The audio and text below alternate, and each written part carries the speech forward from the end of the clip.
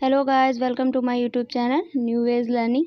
सो आज का हमारा टॉपिक है दशमलव मतलब कि डेसिमल। तो आइए यहाँ पर देख लेते हैं दशमलव किसे कहते हैं। A decimal is a fraction written in a special form मतलब दशमलव एक विशेष रूप में लिखा जाता है। तो यहाँ पर एग्जांपल देख लेते हैं। 1/2 को भिन्न को 0.5 दशमलव में व्यक्त कर सकते हैं।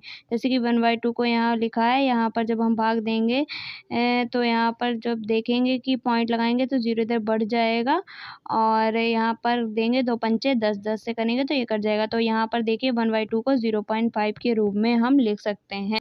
तो नेक्स्ट है डेसिमल।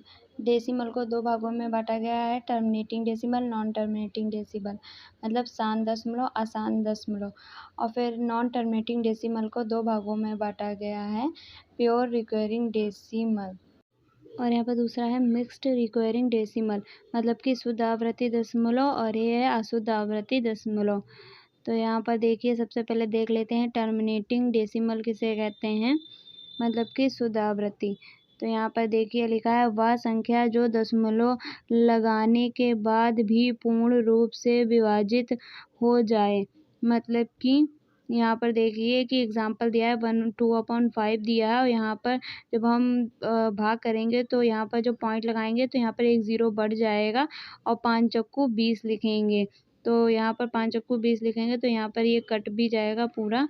तो यहाँ पर ये जो 2/5 है ये 0.4 के रूप में व्यक्त हो गया है।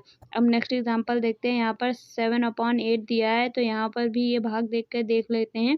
तो यहाँ पर जब भाग देंगे तो यहाँ पर ये सबसे पहले पॉइंट लगाएंगे, पॉइंट लगा के 0 बढ़ाएंगे और यहाँ पर फिर भाग देंगे। तो यहाँ पर 8 टाइम 64 दिया है तो यहाँ पर 6 बचा 60 हुआ। तो 8 सती 56 हुआ है तो यहाँ पर 4 बचा, फिर 0 आ गया पॉइंट की वजह से, फिर यहाँ पर 8 पंचे 40। तो ये पूर्ण रूप से कट चुका है। तो यहाँ पर अब देखिए यहाँ पर जो है टर्मिनेटिंग डेसिमल मतलब कि ये पूर्ण रूप से कट जाना चाहिए, यही होता है। तो यहाँ पर इसका आंसर आया है 0.875। तो अब नेक्स्ट देख लेते हैं, अगला है नॉन टर्मिनेटिंग डेसिमल मतलब कि आसान दशमलव। तो यहाँ पर देख लेते हैं वह संख्या जो दशमलव लगने के बाद भी पूर्ण विभाजित ना हो। मतलब कि यहाँ पर एग्जांपल देख लेते हैं। जैसे कि 0.333 दिया है, ये इन्फिनिटी तक की है तो इसका कोई अंत नहीं है, इसीलिए ये पूर्ण रूप से विभाजित भी नहीं हो सकती। तो यहाँ पर देखिए कि ये जो नॉन टर्मिनेटिंग है यहाँ इसके दो भाग दिए हैं, एक प्योर रिकरिंग डेसिमल और एक mixed recurring decimal.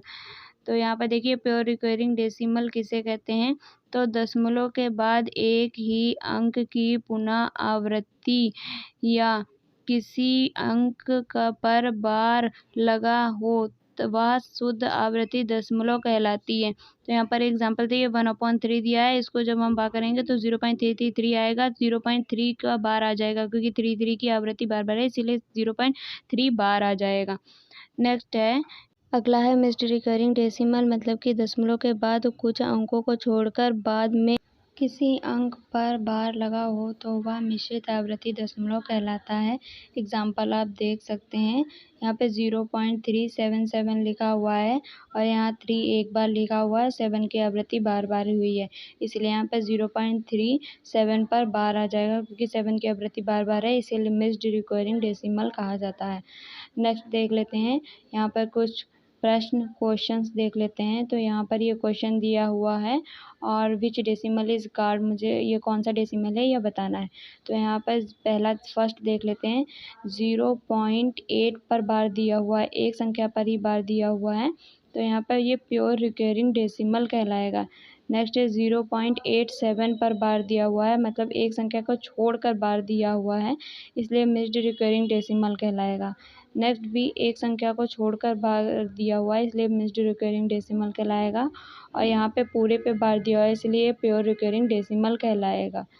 Next question है 0.68 पर बार दिया हुआ है तो यहाँ पे दो संख्याओं पर बार दिया हुआ है इसीलिए यहाँ पर अपॉन में 99 आएगा क्योंकि दो संख्याओं पर बार दिया है इसीलिए अपॉन में 99 आएगा। तो 68/99 ये पूरा सॉल्व होने पर आएगा। तो नेक्स्ट देख लेते हैं क्वेश्चन, यहाँ पे 2.3 बार लिखा हुआ है, इसे हम लोग 2 + 0.3 बार लिख सकते हैं, पॉइंट हटा के यहाँ पे प्लस 0.3 बार लिख सकते हैं।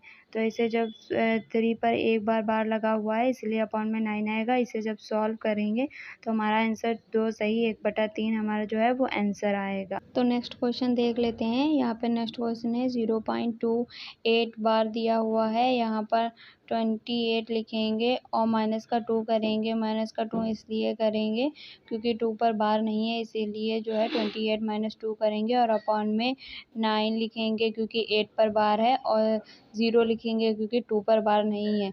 और जब 28 में से 2 जब घटाएंगे तो यहाँ पर 26 जो है वो मिलेगा। तो 26 अपॉन 90 ये हमारा आंसर होगा। यहाँ पर नोट पॉइंट देख लीजिए।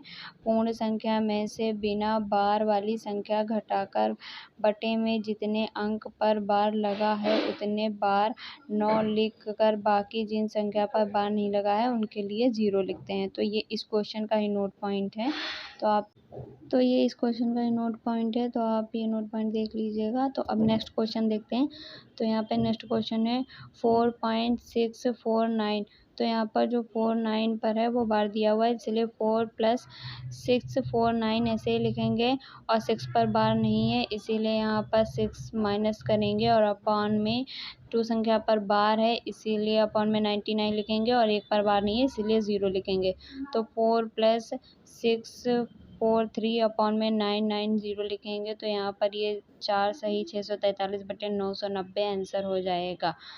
तो ये मैंने दशमलव डेसिमल आपको बता दिया है। आई होप आप लोगों को समझ में आ गया होगा। अगर आप लोगों का कोई भी क्वेश्चन हो तो आप मुझसे कमेंट बॉक्स में कमेंट करके पूछ सकते हैं और ऐसी ढेर सारी वीडियो के लिए मेरे चैनल को लाइक करें, शेयर करें, सब्सक्राइब करें और बेल आइकन को प्रेस ज़रूर करें।